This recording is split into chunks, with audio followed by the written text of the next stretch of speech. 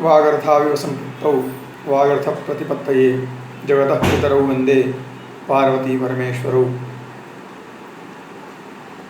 माधुर्यरसकल्लोलां शिवशक्त्यैकरूपिणीं अमृतानुभवार्थाय वन्दे ज्ञानेशनन्दिनीं। सुरासुरासेवितपादपङ्कजा करे विराजत्कमनीयपुस्तका विधेश्च पत्नी कमलासनप्रिया सरस्वती नृत्यतु वाचि मे सदा। सरस्वती नृत्यतु वाचि मे सदा। नमो नमः, नमस्कारः, जय माता दी। यथा भवन्तः जानन्ति यत् इदानीं वाजसनेयी प्रातशाख्यस्य अध्ययनं प्रचलति। तस्मिन्नेव क्रमे अद्य पुनः यावदध्ययनं सञ्जातं ततः अग्रे अद्य पुनः अध्ययनं भविष्यति। वयं ग्रन्थस्यास्य प्रथमाध्यायस्य 34तमानां सूत्राणाम् अध्ययनं कृतवन्तः। इदानीम् अग्रे अध्ययनं भविष्यति। चतुस्त्रिंशत्तमं सूत्रम् अस्ति उपदिष्टावर्णाः। वर्णा इत्युक्ते अकारादयः वर्णाः उपदिष्टाः। कुत्रचित् अत्र न तेषां वर्णानाम् अत्र उपदेशं न भवति, परन्तु कुत्रचित् ते वर्णाः अन्यत्र कुत्रापि उपदिष्टाः सूत्रस्य अस्ति तात्पर्यं। कुत्र उपदिष्टाः कुत्र उपदिष्टाः? अस्यैव ग्रन्थस्य अष्टमाध्याये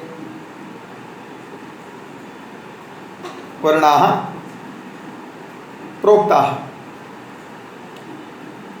किति खिति गिति घिति ङिति इति कवर्गः एवं तत्र अष्टमाध्याये वर्णाः प्रोक्ताः। तेषां वर्णानां किं प्रयोजनं, का च संज्ञा, कथं ते वर्णाः उपदिष्टाः इति अत्र इदं वर्णितम्। अग्रे वर्णानां का संज्ञा, किं प्रयोजनं, किम् उद्देश्यम् इत्यादयः चर्चिताः सन्ति। पश्यन्तु, अत्र 35तमं सूत्रमस्ति अन्त्याद्वर्णात् पूर्व उपधा। अन्त्याद्वर्णात् पूर्व उपधा इदं सूत्रम्। सूत्रकारः वदति यत् अन्तिमः यः वर्णः, अन्तिमो यो वर्णः, तस्माद् वर्णात् पूर्ववर्ती यः वर्णः स वर्णः उपधा संज्ञकः भवति। तस्य वर्णस्य उपधा इति संज्ञा। अंतिम वर्ण जो है, वर्ण इत्युक्ते अकारादयः वर्णाः। सः अकारादयः, ते अकारादयः वर्णाः ये सन्ति, ते वर्णाः यस्मिन् पदे अन्त्ये सम्भवन्ति तस्मात् पूर्ववर्तीयो वर्णः स उपधा संज्ञकः भवति। यथा महान् इति पदम्। अत्र अन्तिमो वर्णः द्रष्टव्यः। महान् इति पदे अन्तिमः वर्णः कः? अन्तिमः वर्णः न अस्ति। महान् अत्र अन्तिमः वर्णः नकारः अस्ति, न इति। तस्मात् नकारात् पूर्ववर्ती यो वर्णः हकारस्य आकारः हा इति, तस्य आकारस्य उपधा इति संज्ञा, उपधा नाम भविष्यति। एवमेव सर्वत्र ज्ञातव्यम्। भवन्तः एवमेव सर्वत्र जानन्तु यत् अन्तिमो यो वर्णः तस्मात् वर्णात् पूर्ववर्ती यश्च वर्णः स पूर्ववर्ती वर्णः उपधा संज्ञकः भविष्यति।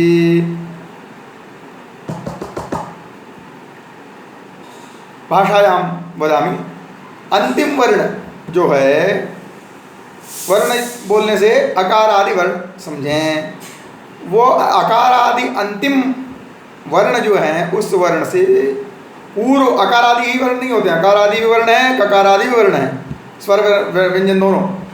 तो उस अंतिम वर्ण से पूर्ववर्ती जो वर्ण है, ठीक पूर्ववर्ती एक पहले वाला, वह उपधा संज्ञक कहलाता है, उसकी संज्ञा उपधा।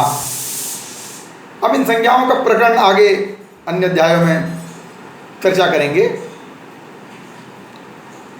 वर्तमान में केवल आप इतना जानिए कि किस वर्ण की क्या संज्ञा, इसकी चर्चा अभी चल रही। इन संज्ञाओं के प्रयोजन निश्चित रूप से हैं प्रयोजन, अतएव शास्त्रकारों ने यहाँ उपस्थित किया सूत्रों के माध्यम से। प्रयोजनों की चर्चा अगले अध्याय में, अग्रिमवर्ती अध्यायों में की जाएगी। व्याख्याकारों ने, भाष्यकारों ने तो संकेत मात्र से यहाँ उल्लेख किया है, तथापि आप इन प्रयोजनों को अग्रिम अध्ययन में अवश्य जानिएगा। वर्तमान में आप केवल इतना जानिए, क्योंकि बीच में ही फिर अन्य विषयों की चर्चा हो जाने से वर्तमान विषय की उपलब्धि नहीं हो पाती। अतएव जिस प्रकार से ग्रंथकार वर्णन किए हैं, हमें उसी प्रकार से पढ़ते हुए क्रमशः आगे की ओर बढ़ना चाहिए। तो सूत्रकार कहे कि अंतिम वर्ण से पूर्ववर्ती जो वर्ण है वह उपधा संज्ञक कहलाता है, उसकी उपधा संज्ञा।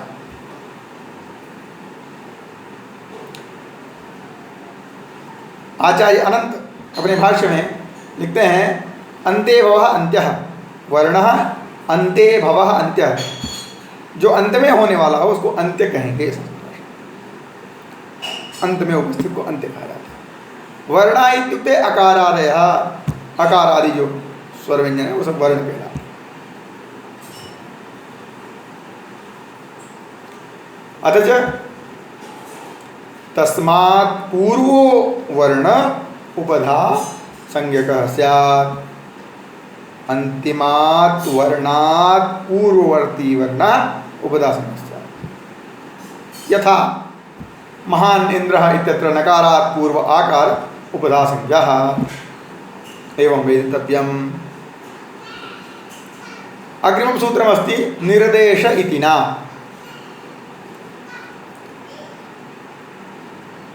वर्णानां ये वर्णाः प्रोक्ताः सन्ति, येषां वर्णानां चर्चा काति संज्ञा किंच प्रयोजनम् इत्यादि। अत्र प्रयोजनं तु न, मुख्यतः संज्ञा। येषां वर्णानां या संज्ञा अत्र चर्चिता, तेषां वर्णानां निर्देशः कथं क्रियते, उन वर्णों का निर्देश कैसे करेंगे, उन वर्णों के बारे में बताना हो तो कैसे बताएंगे, किन पदों से युक्त करके या कौन से प्रत्यय युक्त करके बताएंगे। ये सूत्रकार कहते हैं निर्देश इति ना, इति इस पद को जोड़ करके, उस वर्ण के साथ इति पद को जोड़ करके उस वर्ण का निर्देश किया जाता है।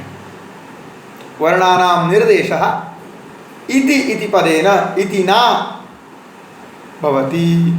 इति ना इत्युक्ते इति पदेन भवति। यथा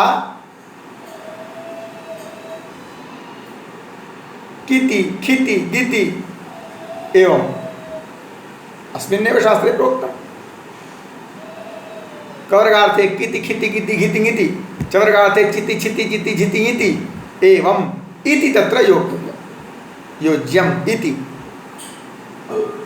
इति पदेन निर्देश भवति निर्देशः भवति तस्य वर्णस्य निर्देशः इति पदेन उस वर्ण का निर्देश इति बोल करके किया जाता है। कब बोलना हो तो किति संस्कृत भाषायां किति इत्युक्ते क वर्णः खिति इत्युक्ते ख वर्णः गिति इत्युक्ते ग वर्णः एवं तर्हि निर्देश वर्णानां निर्देश इति न भवति वर्णों का निर्देश इति से होता है। पुनश्च अग्रिमं सूत्रमस्ति कारेण च न केवलम् इति न अपितु कारेणापि कार प्रत्ययेनापि भवति निर्देशः वर्णानां। वर्णों का निर्देश केवल इति के द्वारा नहीं होता है, कार प्रत्यय के संयोग से भी वर्णों का निर्देश होता है। जैसे ककार वकार चकार वृत्तिकार लिखते हैं ककारादिषु परेषु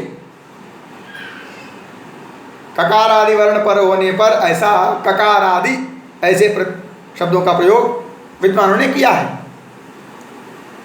उसी को सूत्रकार यहाँ लिखते हैं कारेण च कार प्रत्ययेनापि वर्णानां निर्देशः भवति। तर्हि वर्णानां निर्देशः इति न भवति कारेण च भवति। अग्रिमं सूत्रमस्ति अव्यवहितेन व्यञ्जनस्य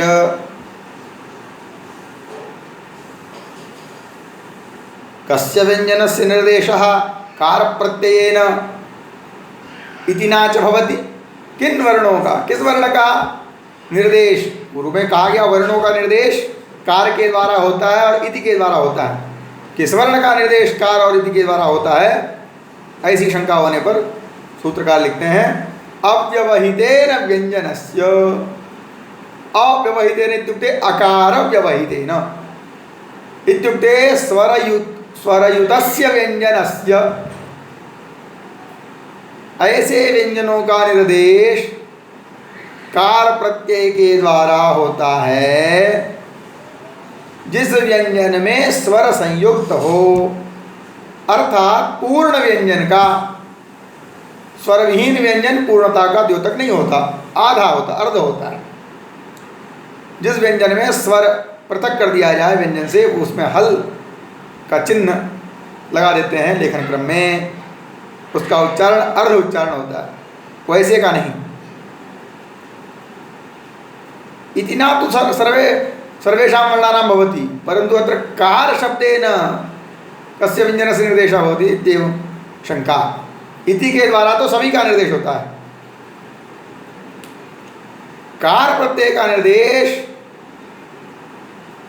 किसका होगा इस विशिष्ट शंका के उत्तर में सूत्र उपस्थित किए हैं। अव्यवहितेन व्यंजनस्य अकार इत्यादि से युक्त जो व्यंजन है, जैसे क कहने से क में अ मिला हुआ है, क ख ग घ एवं, तो स्वरयुक्त व्यंजन से व्यंजनों का निर्देश कार प्रत्यय के द्वारा होता है, ऐसा समझना चाहिए।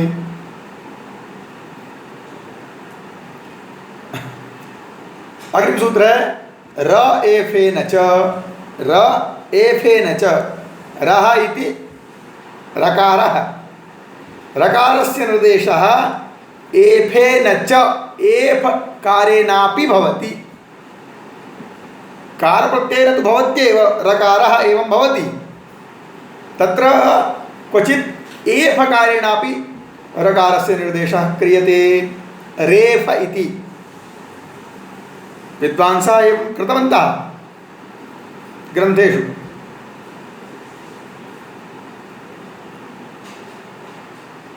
यथा उक्तं कार शब्देन कार प्रत्ययेन व्यंजनस्य निर्देशः, अत्र पुनः वदति र एफेन च इति किं?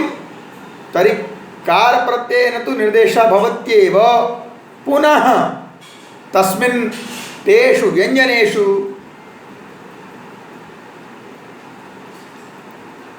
रकारः अपि व्यञ्जनः तस्य रकारस्य एफ कारेणापि एफ इति शब्देनापि निर्देशः रेफ एवं वक्तव्यम्। कार के द्वारा वर्णों व्यंजनों का निर्देश पूर्व सूत्र से उपदिष्ट है। उन्हीं वर्णों में एक वर्ण र भी है, उस र का निर्देश कार के द्वारा तो किया ही जाता है, रकार ऐसा बोलते हैं शास्त्र विद्वान लोग। तथापि एक और उसका निर्देश है एफ, रेफ, र में ए लगा देने से रेफ बन जाता है, संधि हो जाने से। तो रेफ भी बोलते हैं विद्वानों की ये परंपरा रही है। विद्वान लोग रेफ ऐसा व्यवहार भी अपने भाष्यों में किया है। तो एफ शब्द के द्वारा, एफ के द्वारा भी रकार का निर्देश किया जाता है, जैसा कि विद्वानों ने किया है। इस ग्रंथ में भी आचार्य कात्यायन स्वयं किए हैं। सूत्र चौथे अध्याय में सूत्र लिखते हैं रेफम स्वरधौ। रेफम इत्युक्ते रकारम, रम र इति, रेफम इत्युक्ते रम, तत्र र इति एवं